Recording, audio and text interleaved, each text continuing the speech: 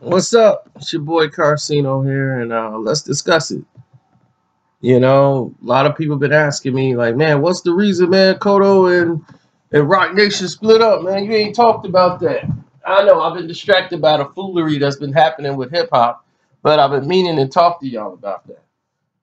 Listen, when this fight was brought up to everyone's, expectations as far as what's going on with the fight, what's going on with Miguel Cotto's career, he's had a very dismal 2016, 2017. He was supposed to fight and had his final fight agreed upon with him and James Kirkland. He signed a 3-fight deal with Rock Nation worth $50 million.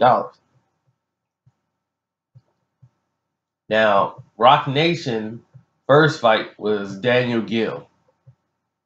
They got the Canelo fight, and then it looked like a very smart move signing Miguel Cotto, who was at that time about 34 years old, to that large sum of money. But when him beating Sergio Martinez the way he did, they figured we can get some big fights out of this. The Cotto Canelo fight was great. They were looking forward towards a rematch with Canelo and Cotto, but they couldn't reach that. So they were thinking, okay, we could do this James Kirkland fight. That would make sense. We'll put it on pay-per-view. That way we can make sense paying you out the rest of this money that we owe you. And now, since Kirkland has a fractured nose that he claims he got in sparring, many feels that he couldn't make the weight. That was the reason why. But the fight was off. There was no plans to reschedule. I mean, it was talks, but they couldn't reach a settlement date to reschedule. And what that does is it leads up to problems and issues. Who do you put him in the ring with? And what dates can we have? Because the facility you're looking at, the summer's gone. Miguel Cotto's supposed to fight Puerto Rican Holiday. Now that's gone. Now you got to look for other venues or see where you can fit in where people can travel and actually come out and see this bout with whomever he's going to fight. So, with that being said, they carefully scheduled a fight with Kamaga from Japan, who's fought on HBO. And he's an exciting fighter. Fought on HBO, fought on Showtime, and that was a tough fight for Miguel Cotto. Very tough opponent. Now, here's the issue. HBO doesn't want to touch this fight unless Miguel Cotto has another fight that's set up already, which he doesn't. So they can't, the HBO is not putting up the money for this fight.